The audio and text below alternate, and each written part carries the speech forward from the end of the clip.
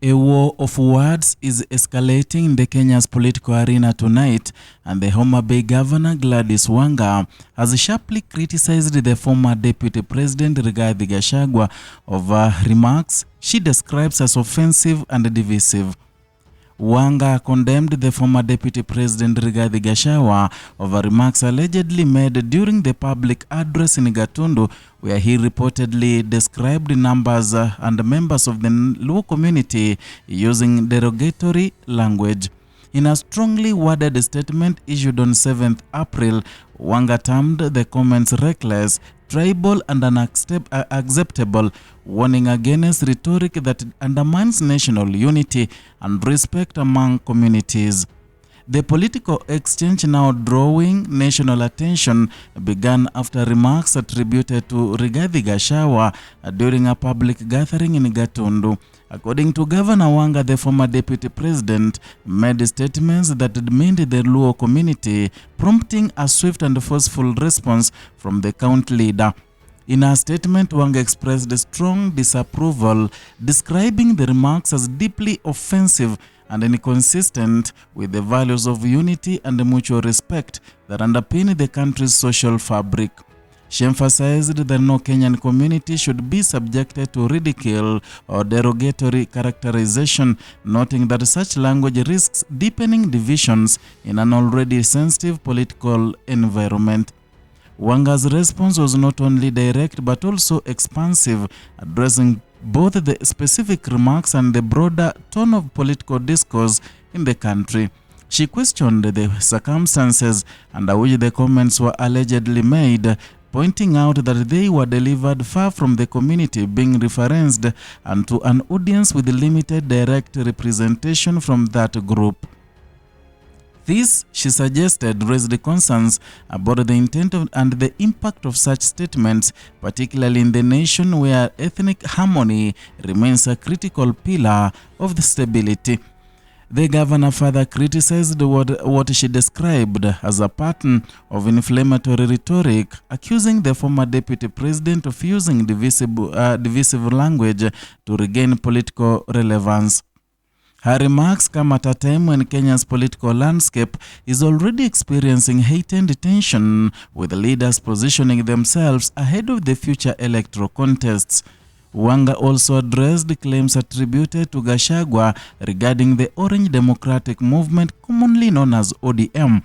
The former deputy president had reportedly suggested that the party had been compromised or aligned in ways that undermine its founding principles.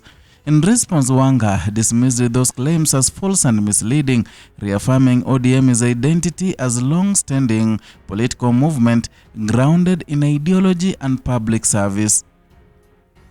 She further described the party as an institution built over many years through sustained efforts and commitment by its members and supporters across the country.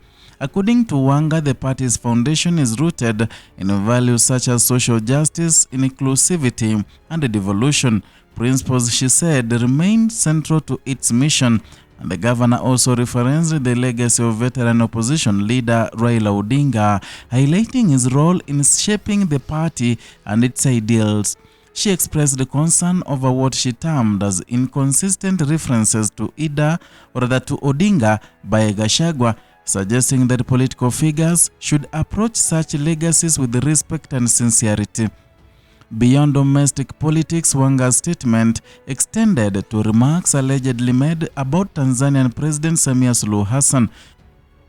She characterized those remarks as inappropriate, raising concerns about the potential diplomatic implications and the importance of maintaining respectful relations with the neighboring countries.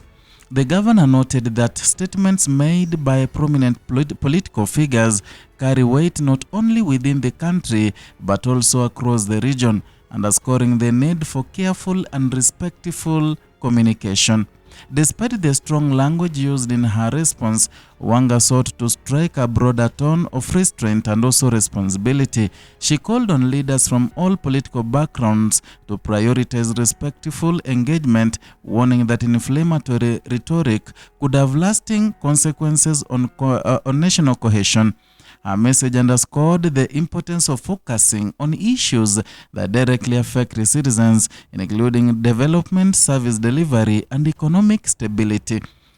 This latest exchange highlights the ongoing challenges facing Kenya's political leadership in balancing robust debate with responsible communication. Analysts also note that while political competition is a normal part of democratic systems, the language used by leaders plays a critical role in shaping public perception and maintaining social harmony.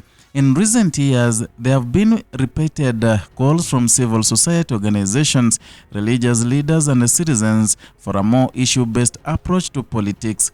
The calls emphasize the need to move away from rhetoric that targets communities and instead focus on policies that address the needs of all Kenyans.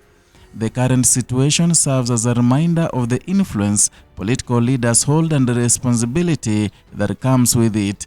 As the country continues to navigate its political journey, the tone and content of public discourse remain under close scrutiny, and for many citizens the priority remains clear: that leadership that unites rather than divides, and a dialogue that builds rather than breaks. Governor Wanga reiterated that her administration remains committed to serving the people and advancing development initiatives within Homa Bay County. She emphasized that political disagreements should not distract from the core responsibility of leaders to improve the lives of those they represent.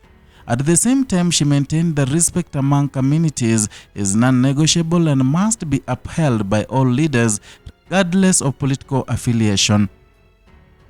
The remarks and the response have sparked a widespread discussion across various platforms, reflecting the sensitivity of issues related to identity and representation. Observers say such moments often test the resilience of national unity and the maturity of political leadership. As the conversation continues, attention now turns to how leaders across the political spectrum will respond and whether this moment will prompt a shift towards more measured and inclusive discourse. The coming days are expected to reveal whether the focus will return to policy and governance or remain centered on political exchanges. For now, the spotlight remains firmly on the words spoken and the impact they carry. In a nation built on diversity, the strength of leadership is measured not by the volume of its voice, but by the respect for every community it serves. That is all from Kenya Lens Media, at least for now. Kindly be with us. Subscribe, like, and share our content.